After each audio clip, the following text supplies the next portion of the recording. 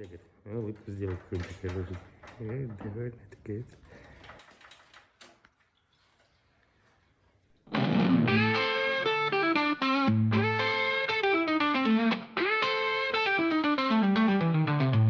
Got a bottle on the table, storm in my chest. That old six-string moans, yeah, it knows me best. Street lights flicker like a long-lost tune.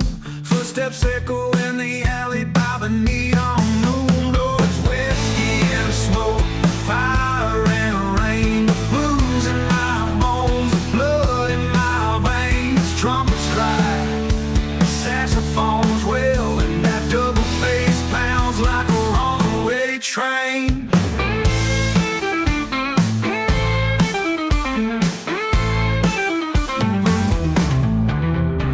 Monaco's wailing like a midnight ghost, while the drummer beats time like he's seen it the most.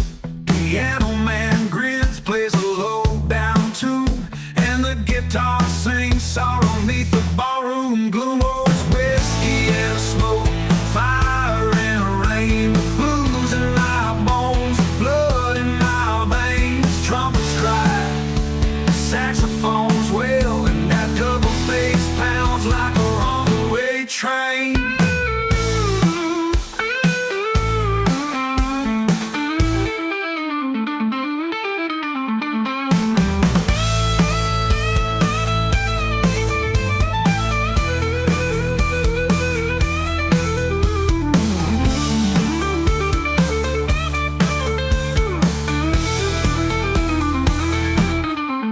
Oh, it's whiskey and smoke, fire and rain. The blues in my bones, the blood in my veins. Trumpets cry, saxophones wail, and that double bass pounds like a runaway train.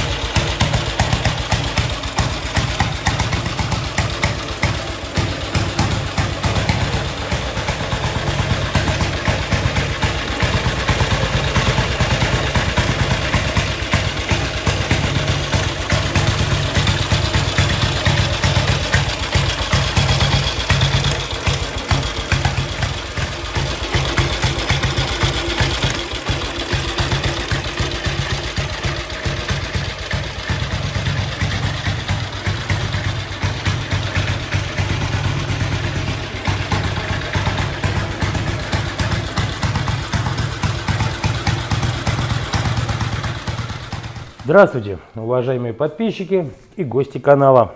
Это снова мы, ателье Ретроцикл, и я, Сергей Беляев. Долго мы делали, и вот мы сделали. Это НСУ 501 ТС. Яркий представитель немецкого мотоциклетостроения. Выпускался он 6 лет, с 30 года по 36. Имел порядка 7 модификаций, отличающихся мизером. Но у нас вот, я так понимаю, это последняя версия, потому что по этому самому, по году он 36-го года. Соответственно, уже крайняя версия этого мотоцикла. История создания компании НСУ восходит к 1873 году.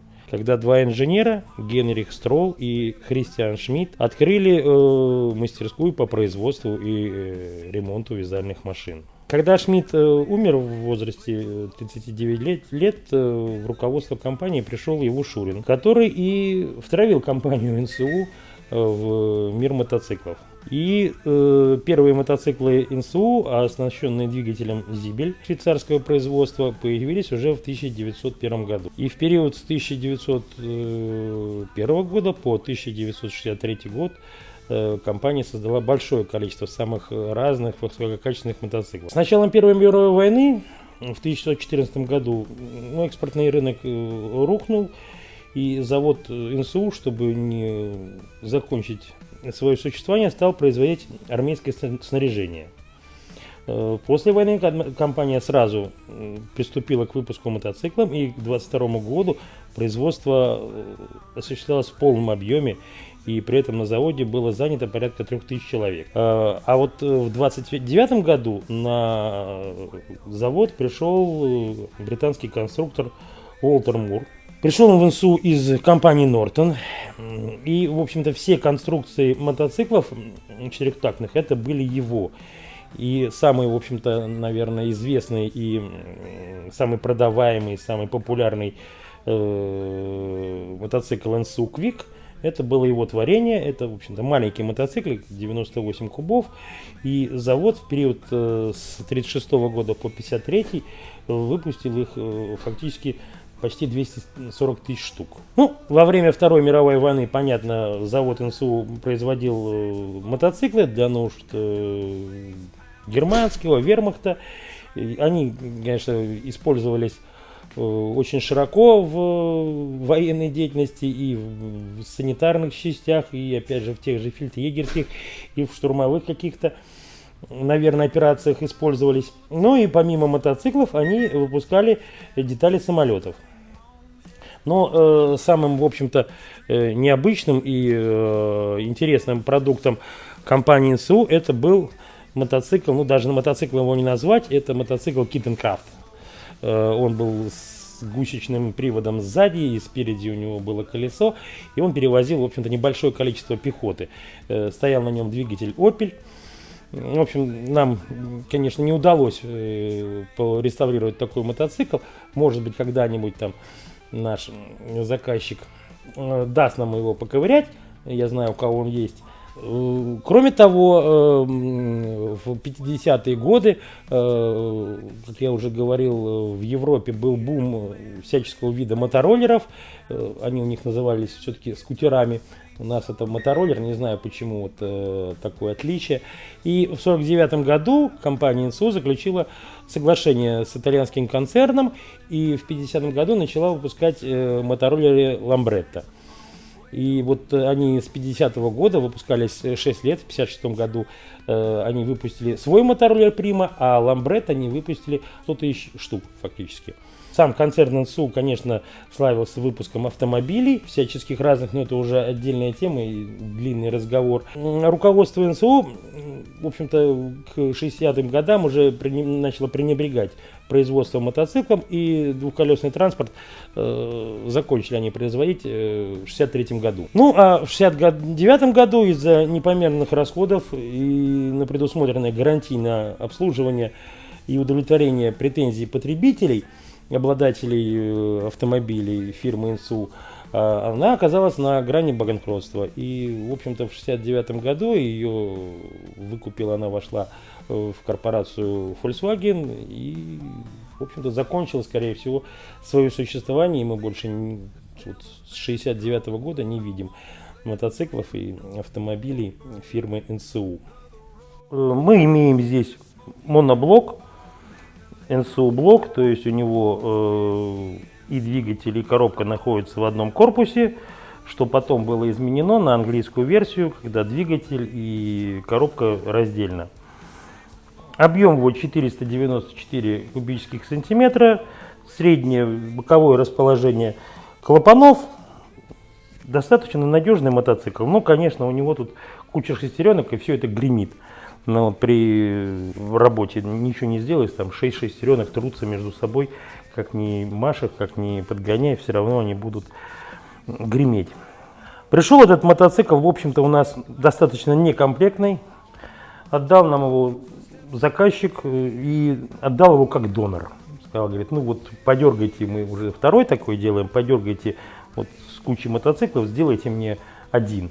Но мы сделали один и посмотрели, что мы сможем еще сделать еще один. Я говорю, ну, давайте сделаем еще один.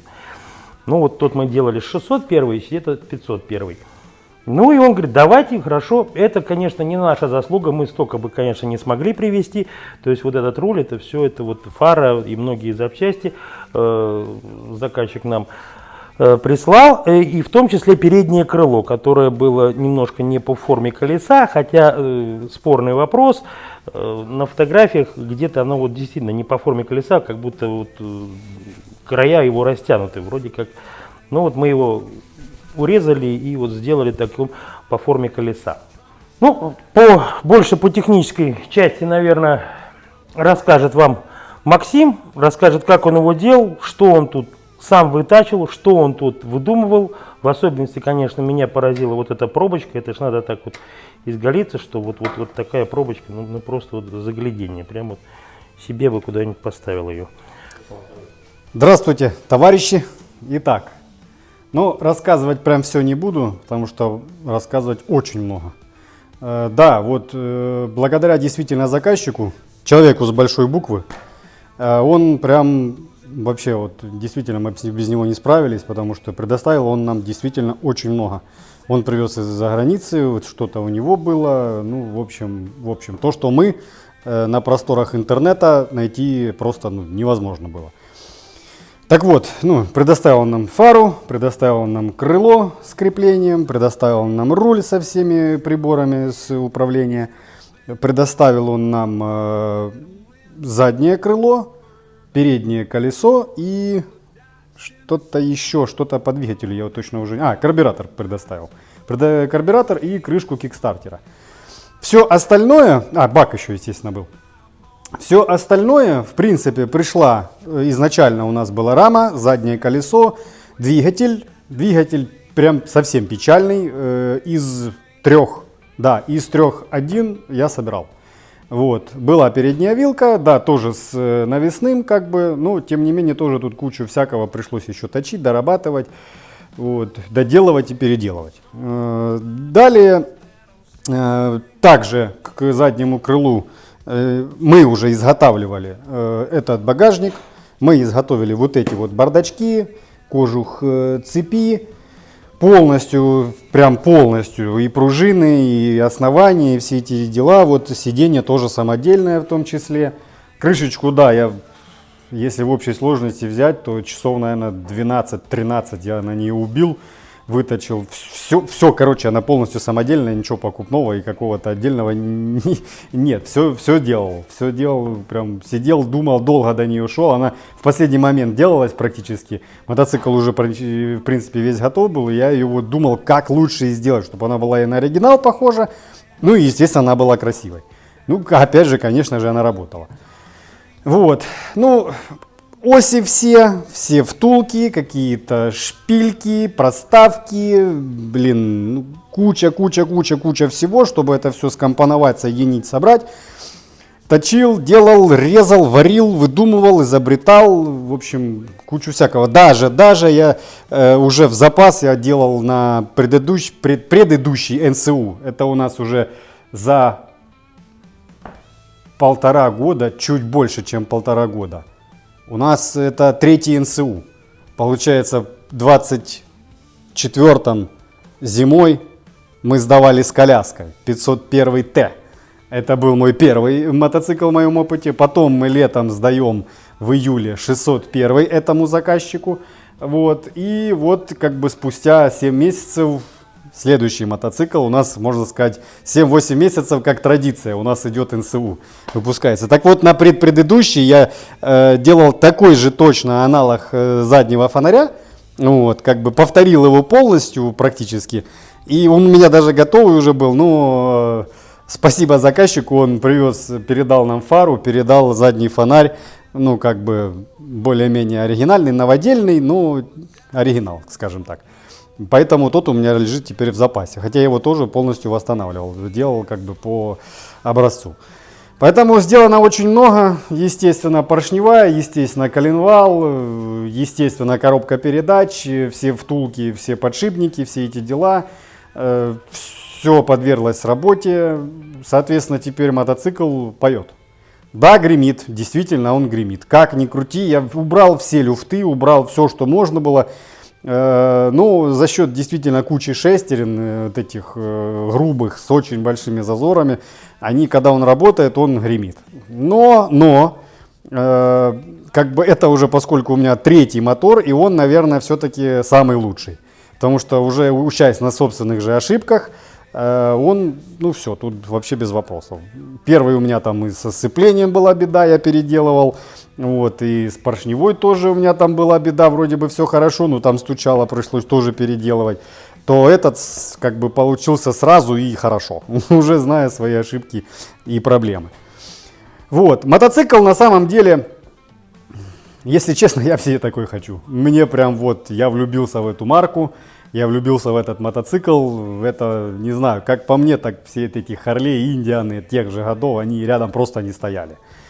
Тяга тракторная, несмотря на то, что 12 лошадей у него крутящего момента за глаза, у него огромнейший маховик коленвала, он просто на своих холостых оборотах, на позднем зажигании, он тянет как мотоблок дизельный. Я 601, когда летом делал, я ездил на нем в соседнюю нашу мастерскую, это туда-назад, там недалеко, там около 2 километров получается круг. Мне очень понравилось. Прям вообще, я кайфанул от этих 2 километров. К сожалению, на этом покататься никак. Погода у нас прям вообще никакая. Сейчас дождь, снег, холодно, ну никак. Плюс можно, ну вымазывать, смысл его. Ну он едет тут по мастерской, взад-вперед на нем катался, нормально. Поэтому вот как-то так. Вся электрика работает, все работает. Сигнал в этот прям вообще оригинальный, его. Вот, не наводил, ничего. На 601 мы ставили наводил, поскольку его вообще не было. А сюда вот поставили оригинальный, он опять же заказчик предоставил. Вот. И получился вот такой вот красавец. Колеса, естественно, тоже переделались, все подшипники там, все оси. Пришлось тоже все это с нуля точить, подгонять. И вот все.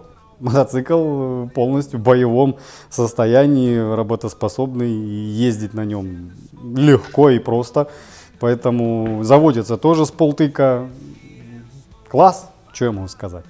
Вот такие вот дела. Поэтому работа провелась с ним очень большая. И как бы очень, естественно, на это пошло колоссальное количество времени. Но результат налицо. Вот так вот, смотрите, если у кого есть желание, возможность, пожалуйста, с удовольствием огромным сделаем еще такой.